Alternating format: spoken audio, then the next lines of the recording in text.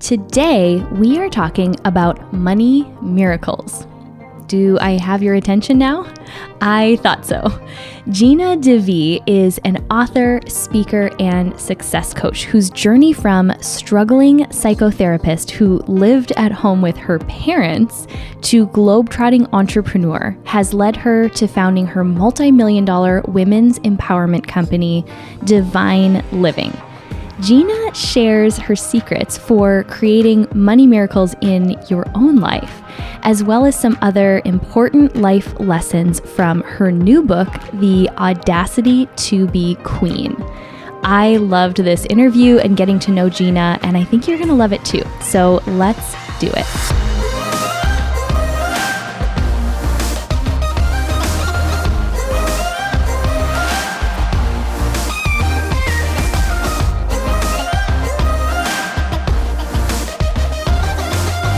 Gina, thank you so much for being here today. I am so excited to get to make a new friend. Oh, Lindsay, I'm so thrilled to be here. Thanks for having me. You know, it's cool to see that in a world where, so many women really are stepping into their power and waking up to this feeling that they're meant for more, there are women who are new to me that have been in this work for years and really empowering those around them. And so you and I have just recently connected. And when I started to see what you're all about, I'm like, how have we not been in each other's lives for much, much longer? It's so interesting because we think that social media has actually brought us closer together. And I've found that for me and some of the other OGs that were around much earlier on, that I've actually lost track of people because, we get into these vortexes, which I think is amazing. And then, yes, it is a very big world out there. If you're not in the right algorithm or whatever, you kind of don't necessarily know about certain people. And then when you do, it's always a fun surprise. It is. So in case others listening maybe are not familiar with you and your journey, take us back. Where was the starting point for the business that you ultimately have today? And what inspired you to step into this role empowering other women? Oh, good Lord. Okay, let's go back. We're going back. So let's see. Basically, I started out, I have a master's degree in clinical psychology and I'm a former therapist. And I became a therapist because I wanted to help people. I've always been lit up about human potential, transformation, and healing. I didn't realize that when I became a psychotherapist that I became an entrepreneur. And I thought that the clients would just come and I thought that the money would just be there, and neither were true. And I also, it's such a perfect storm. It was like that's not how it happens. It's kind of a princess mentality. And B, I didn't have big self-esteem or big wealth consciousness. I didn't even know what the word wealth consciousness words were at the time. And so I was offering sliding scale rates, and I would feel bad if people said they couldn't pay the rate. And it was just like a whole hot mess of me thinking that being nice was my job in the world, and that meant not charging my worth. Some warped version of that is how it all started. So that mentality got me working 75 hours a week. I was $75,000 in debt, and I was living at home with my parents in the suburbs of Detroit.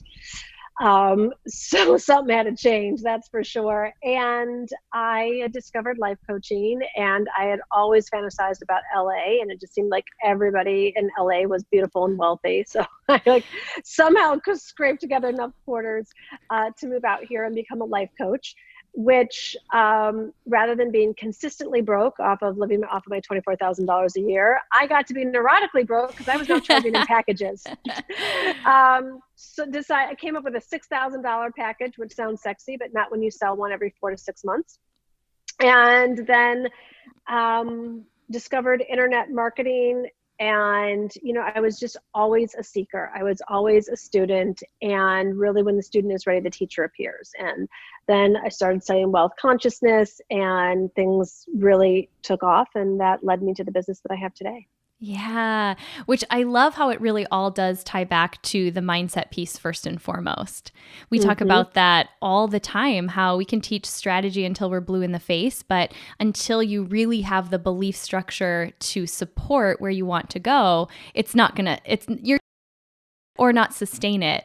And Mm-hmm. being also from the Midwest, I'm originally a Wisconsin girl, that has been a big, really something that I've had to take on more than anything else, is really reframing some of those beliefs that maybe were unintentionally handed down and didn't really fit the impact that I wanted to make. So let's dive in a little bit deeper, because I think that this is a conversation women can never have too much of. And I specifically wrote down from what you shared this idea of being nice and almost having trouble boldly asking for either the price that you want to charge or the price that your services truly should be valued at. How common is that among the women that you work with? And where do you start to really be able to build a different mentality around wealth, like you were saying? Mm-hmm. It's so amazing. Talk about different worlds, right? So I'll hear my sales team talk to me about like, oh, well, Gina, this person's really new to divine living, which is like sort of code for like where I used to be. And then, when you get into, my vortex of divine living, or this world that we're all in together here, of that anything is possible, it's literally night and day, and they're literally worlds apart. So this whole piece about investing in yourself and valuing yourself and charging your worth and having great boundaries and all of it. So let's see where to dial in here. I think that it's all personal, and that when we really well, I think it depends on what you choose to live by. I live from a pretty spiritual perspective, and I came to the understanding that so much of what I was taught religiously was not really my own value system spiritually. And how like opposite, like, there's nothing spiritual about being broke. There's nothing spiritual about lack in any way. And when I had to really adjust my own beliefs of like, money is hard to make, and it's not spiritual to focus on money, and you shouldn't even want more money, and like all of those old beliefs that I carried, that were passed down to me, I had to take responsibility for what actually is my truth. And the truth is, I didn't want to admit it. The truth is, I desired a lot of money. I desired to have money to build a team, to have a great lifestyle, to contribute. Like this thing that I was told that I shouldn't have too much of, was like the thing that I actually wanted so much of.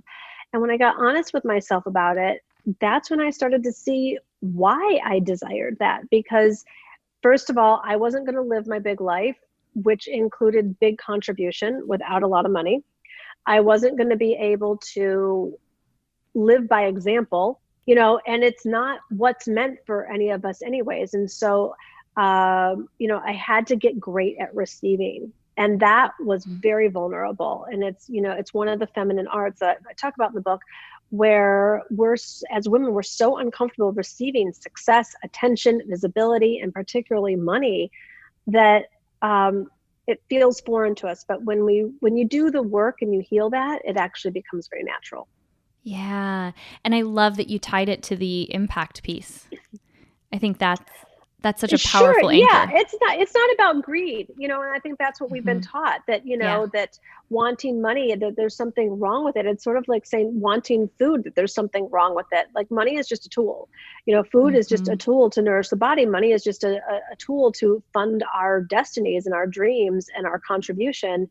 And I don't know anybody living a really big life, making a lot of impact, that doesn't have a lot of money. Yeah. Yep.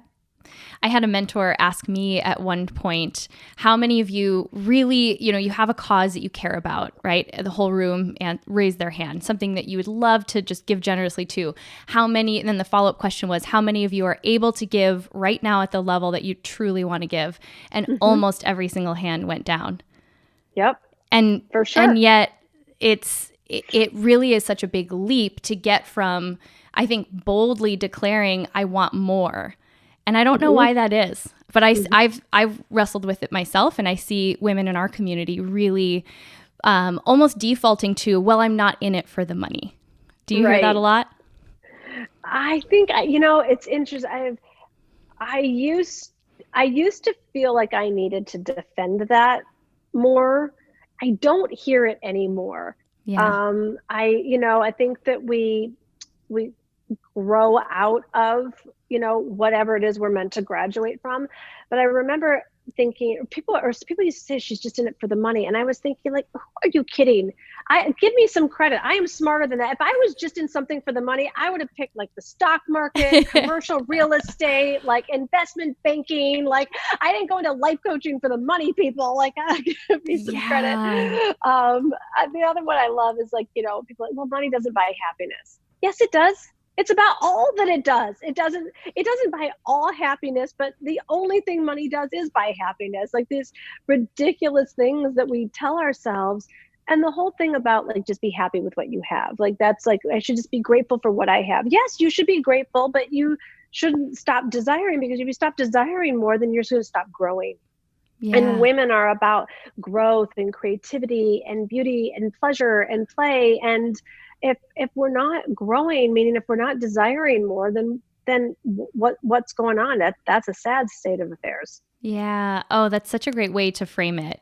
So you've referenced the book a couple of times, and I can't wait to dig into more of what's in it. But maybe start with, what inspired you to write? The title is The Audacity to be Queen. How good is that? I mean, that first and foremost just like draws me in. But you're referencing these different mentalities. So I actually would love to maybe flesh out what's really the structure of the book, so that we can keep tying that in as we go along, because I think it's going to really relate. Yes, they do. So the audacity to be queen, and the tagline is pretty relevant too. The unapologetic art of dreaming big and manifesting your most fabulous life. So it's so good. It's all of it. So what was the question? So you have made a couple of references, and I haven't had a chance to read the book yet. My copy is on the way, but the mindset of, you said like the princess mentality, how do you define what a queen is? And then it sounds like there's almost these phases that we move through on our way there. Yes. Okay. So a part of why I love the queen archetype is she is the masterful blend of both the masculine and the feminine. So she's not all feminine. She's not a priestess. She's not a goddess. She starts with her feminine nature and also uses her masculine when necessary. Versus most modern day women, we start with our masculine nature and we'll throw in a little femininity if we're in touch with that at all. So I love that the queen leads with the feminine, and the feminine is the spiritual, the creative, the intuitive, the insightful, the ability to see things not as they are, but as they can be. It's about the non-linear way, the circular, it's about being. It's also about we. Versus masculine, it's about I. It's about the logical, the linear, the tangible, the concrete, the predictable. And so ultimately, masculinity is about giving, and ultimately femininity is about receiving. So the queen is really great at receiving the vision, receiving divine guidance, receiving inspiration. She's got the ability to bend time and space. But the masculine is like step by step by step by step. The queen can access the realm of the miraculous. So there's quantum leaps there. It doesn't always have to be making money $5 at a time. And it's not that there's shortcuts, but there's a higher consciousness that's involved that she has access to. It's like, why would you walk from LA to New York if you could take a plane? It's like that. Yeah. So the part of what I love about queenhood, it's really just about being the best version of yourself. And the other archetypes that I write about in the book, there's 32 of them between the lower level archetypes and these money monsters that really rob us from living the life that we were destined to live. And until we wake up to them, we aren't in our power of queen. So there's the martyr, there's the bitch, the ghost, the little Miss Perfect, the paranoid gangster. There's quite a crew in there that most of us can relate to, sadly, but also we can also laugh at the human experience. Oh, that's beautiful. I never considered that blend of the masculine and feminine being what embodies a queen. I hear this term used a lot, but never actually described in the way that you did. So now let's bring her into this conversation around, manifesting money miracles, attracting the things that we want in our lives. I'm so curious about this, almost this flow state you described about bending time and space. I think truly tapping into the power that we have as women is to harness all of the strengths that we have and use them to make our big ideas come to life. So tell me a little bit more about that and how we can start to awaken this part of us if we haven't been in touch with her for a while. Yes. So maybe I'll share the story of my first financial miracle, which I think kind of well represents how to bend time and space. But also it'll touch on the money mindset that I know your community loves so much.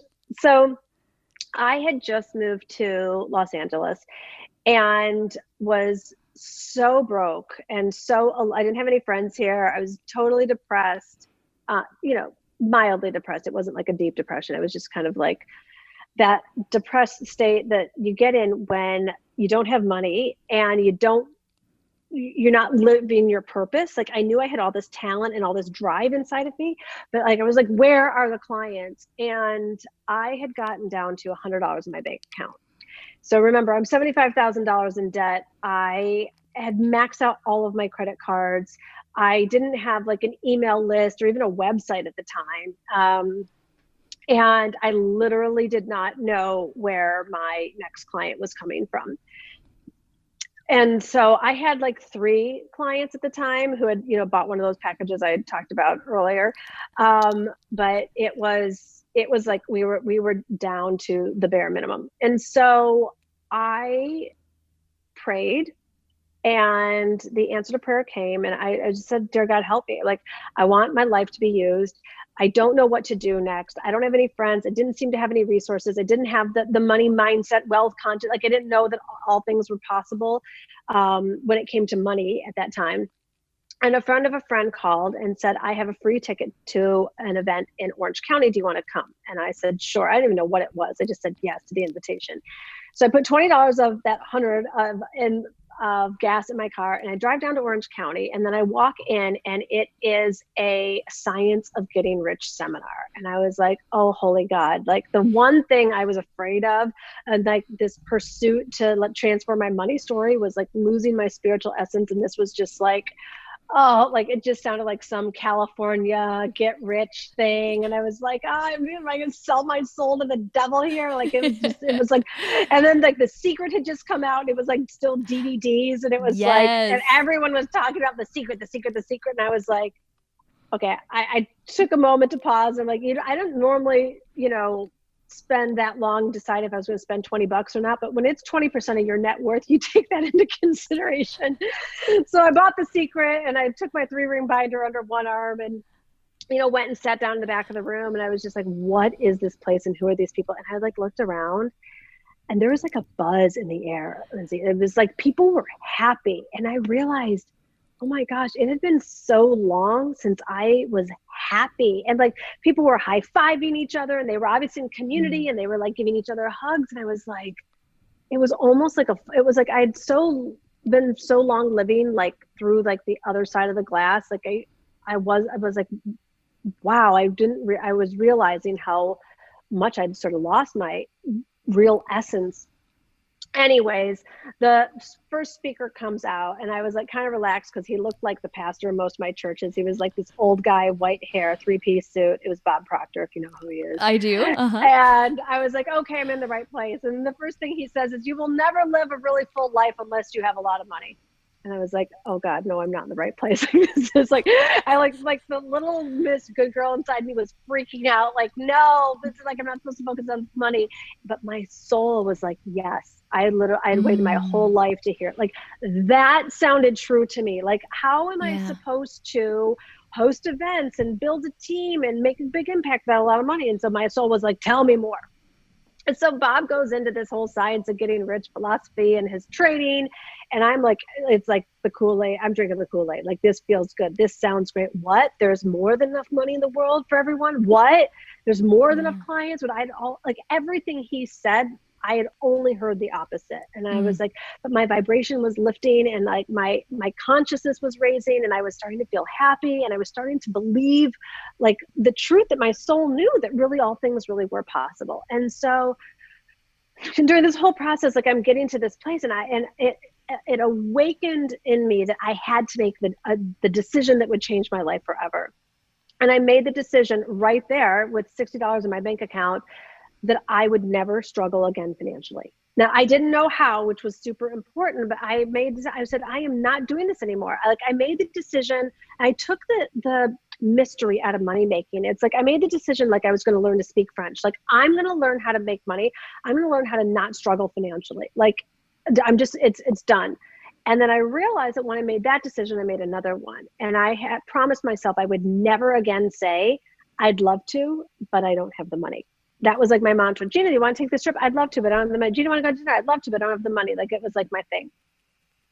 And so like, I'm like now soaking this up, and this is exciting, and I'm going to have a life again, and this is going to happen, and I'm going to find a way to get clients, and blah, blah, blah, blah. So anyways, it was one of those multi-speaker events. And then the next speaker comes up and she's talking. I'm like, oh my gosh, this is amazing. Like, I don't even care what she's selling. I'm going to buy her program. Like, this is like, I'm going to have a life. This is happening. Like, I'm seeing what's possible for me. And then she goes and she does her pitch, and it's $17,000.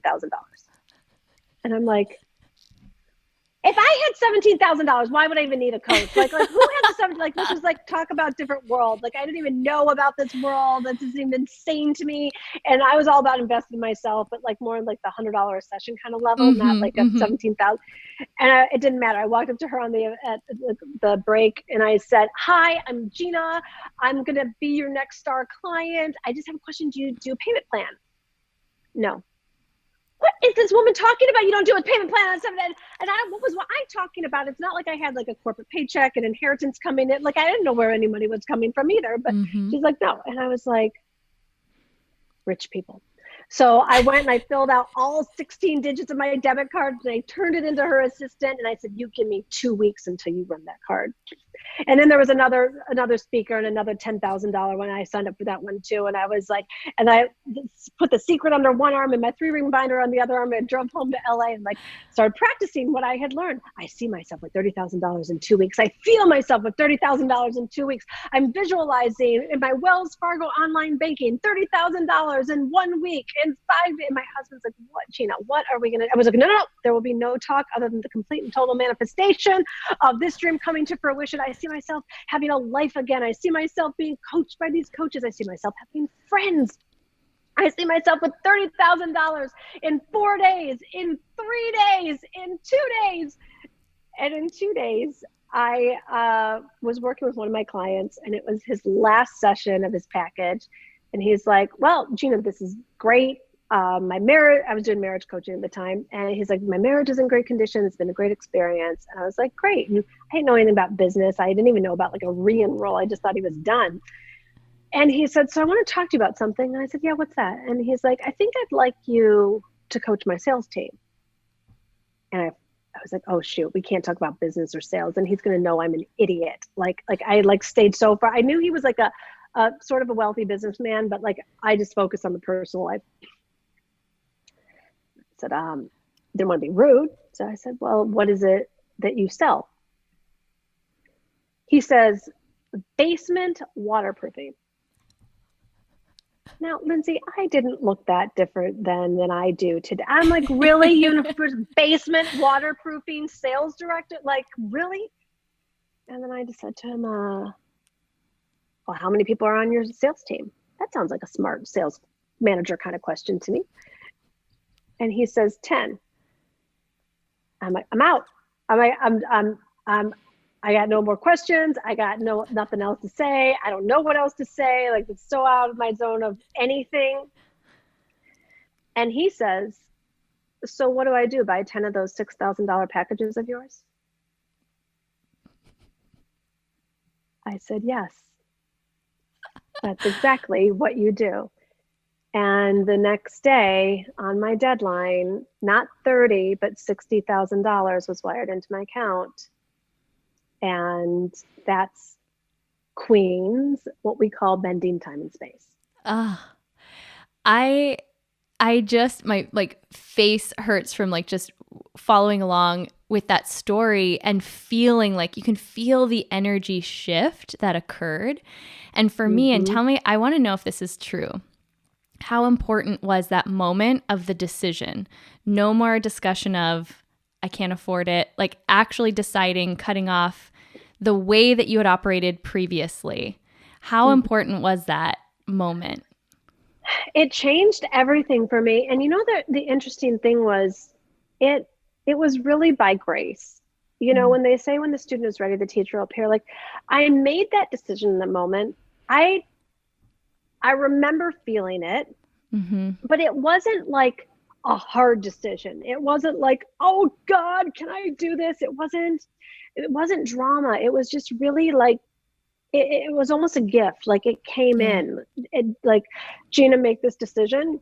And I did. I wasn't super resistant. I wasn't super defiant, like, oh, that's not going to work. And I wasn't challenging. Well, how's that going to happen if $60 in my bank account? Like, you know, it wasn't all that stuff.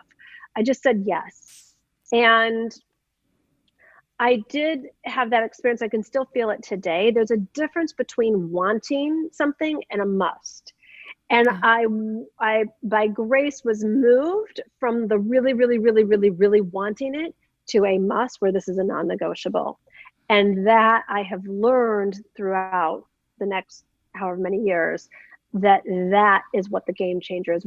If wanting would have worked, we'd all be skinny billionaires by now. Wanting doesn't mean anything, but when it's a must, it will happen. Yeah. Oh, I will never forget making the first investment in my first real mentor. And it was a switch in my mind to how can I? How? Just opening my mind to other possibilities that I wasn't seeing by staying in the, well, I could never, that I couldn't possibly. So I would love to hear a little bit more about the role that either those first two mentors or just mentors in general have played. And now, I mean, you've built a successful multi-million-dollar business that if we fast forward to current day, you're living it. You're living the example of the woman that you declared yourself to be in that moment. How important has mentorship been in that journey for you? Well, mentorship is everything if you follow the coaching. So I was always there is no way I was going to sign up for a program and not show up, be resistant, be doubtful, be difficult. You know, I mean, I have my own stuff, but it's like, you know, when you do your due diligence, and I haven't even always hired the perfect mentors. I mean, I suppose on some level, universally, they were the perfect mentors for me, but like, you know, like I remember one that was a really significant investment, and it was a 6-month thing. And about 3 months in, first of all, I didn't get what I had signed up for. I got something that I didn't know to sign up for. So I took that. And then once I got that, I didn't want to stay with this person for another 3 months. And I asked to get out of the contract, and she said no. And I respected that. And I remember thinking to myself, I don't want people to sign up and not honor their contracts with me. So I paid her, which was a very significant investment, especially then. It would have even been now. For the remaining 3 months, decided not to do the rest of the coaching with her. So that was just like, but that's one example out of all of the other mentors I've had have been phenomenal. And I've always, I don't know if it's exactly 10x, but I've always more than made back my investment. My husband and I were talking recently. It's like, so I've had mentors that I've signed up for, and then I've done other pay to play stuff. I've invested, you know, I invested $50,000 to speak on stage one time. And now that we're far enough away from it, first of all, my husband thought it was crazy to do that initially. And now, like, you know, we've like looked at how much money we've made as a result of that one speaker slot. You know, we've made hundreds of thousands of dollars from that one experience. And, you know, I think that when we invest and when you find the right mentors or the right investments, you're gonna and show up to actually do the work, you're gonna more than make your money back. So it's like almost like guaranteed exponential money making. So why wouldn't you? I love that perspective. And it every time that I've done it, it actually changes who I am and how I show up for my business. Totally. Every single time. I wish, and I talk about it, people on the podcast are probably so tired of hearing me say it, because I truly want everyone to get to the point where they get to experience that for themselves. Just really the shift when you go all in. You know, smart people hang around smart people. So when you're hiring someone who's further along down the path, you're going to learn. If you're looking for how you can succeed from that person, you chose that person for a reason. Like I said, you know, 1 in 30, you know, might not be like the perfect fit, but it's like same thing with a restaurant. You don't like stop going to restaurants because you like didn't have a great dining experience somewhere. So I think that it's really about following through, you know, and doing what you need to follow through on whatever that mentor is teaching you, because there's so much to learn, and then graduate and then move on and find the next one. I'm always in mentorship. Yeah, same. It's really cool to hear someone who's achieved what you've achieved share that too. So thanks for giving that perspective. I would love to hear a little bit more about the life that you're living now and the place you're at in your career. So I'm going to ask just a couple of more rapid fire questions to get to the heart of who Gina is. So at this moment, what feels the most fulfilling for you? You're going to find with me, Lindsay, I don't know how rapid fire this is going to be. Yeah, that's fine too. There's so much good that's going on right now, you know. So the first thing that came to me was the podcast experience. Like I am so, you know, I had my book came out March 3rd, 2020. And I'm a total on stage, in person, want to hug you and sign your book kind of woman. And I've waited 20 years to write my book and be able to do this. And I hit my New York and Miami stops, and then everything else got canceled throughout the US, Australia, UK, etc. And so it was a pivot. And at first I was really disappointed. Like I felt really sad, but just for about 10 minutes. And then I like opened up to this whole virtual book tour. So I've really found so much joy and meaning in these new relationships and having these conversations. The next is, there's been such a so the other thing that I'm really loving right now, there's been such a re-engagement of new and people that have been around forever in my community. And we're going to talk about it later, I think, but my free companion course of the book, like it's hopping, like it's such a vibrant community. And I think I've just, you know, when you do stuff and you're like, is anyone listening? Is this making a difference to anyone? You know, of all like the videos and magazines and all the stuff I put out over the years. And I think one of the things that's been so special about, even though it's a free course, like seeing women who were around 10 years ago and seeing women say, Gina, I've been following you for 5 years, and like seeing women like get awarenesses in their own psyche about the different archetypes that are running the show. And so there's been so much joy in this free community. So I think that between the podcast and the free companion course is what I'm loving right now. And what a beautiful reframe to this season that we've all found ourselves in, that a lot has changed. Everything in our business plan for this year changed. So I get you. I feel you. Okay. What is something that feels fun for you right now? Cooking. We actually moved during this time, and my husband and I went to Le Cordon Bleu.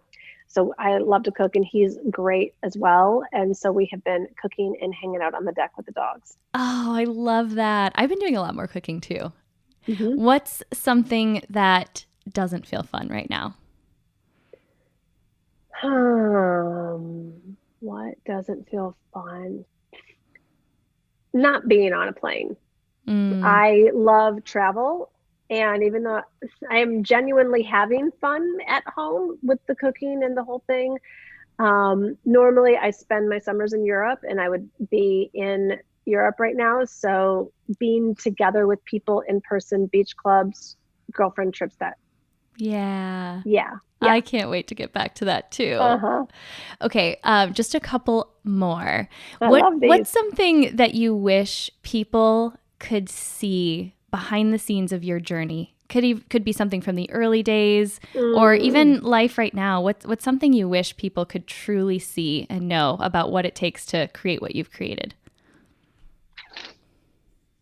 Probably all of the things I touched that didn't turn to gold, and all of the times I didn't give up and moved to Cyprus to wait tables. It's my exit plan. It's a great one. I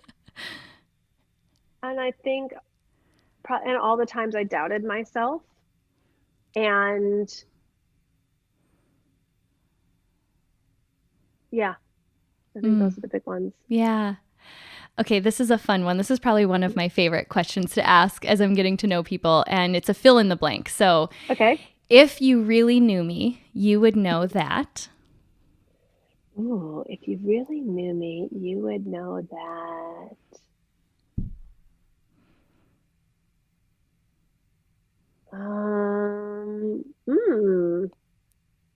So hard to see ourselves, isn't it? If you really knew me, you would know that. Something about I'm probably softer on the inside than I think most people experience. Yeah, I can get that. Totally. Okay, last one. This is something that we're really focusing on in our community this year, which is just, and I think this is everything that you embody as well, being bold about the things that we're great at and the moments that we really shine, the moments that we are a queen in our lives and in our business. So we just call it your powerhouse moment. And it can be anything, big or small, that's happened maybe within the last week or two, or even in just this season. What's something that you would consider a powerhouse moment in the last several weeks or months? Well, one happened yesterday where I'm great at making pasta, and I always make a fresh noodle and the whole thing, but I made, all I could say after I tasted it yesterday was professional level. This was it was shocking how great it was. So that was a powerhouse moment. And I think the other one is I've never done a challenge before, and I made a decision to do a challenge, and it feels so fun and aligned right now. I've never wanted to do one before, and now I'm really doing it from a place of this is going to serve. It's going to be so fun. I made a quick decision. I took quick action on it. So that felt like a powerhouse moment as well. Oh, I love that. A personal life and a business one. That's such a great way to do it. Okay, so I know after just our short chat, I cannot wait to get to know you better, to dive into your book, your content. So for those who are feeling the same after listening to this, where is the best place to find you, Insta stalk you, learn about the free companion course, all of the things? Cool. Well, come on over to divineliving.com. It's DIVINE, divineliving.com/book. You can get the book in hardcover, or it's beautiful too. Foil thing. Hello. Hardcover, Kindle, or audio. I do narrate the audio, so you hear me tell all the stories there. Or you can go to divineliving.com/Audacity. And that's where you can get the free companion course. You don't even have to buy the book to get in on that course.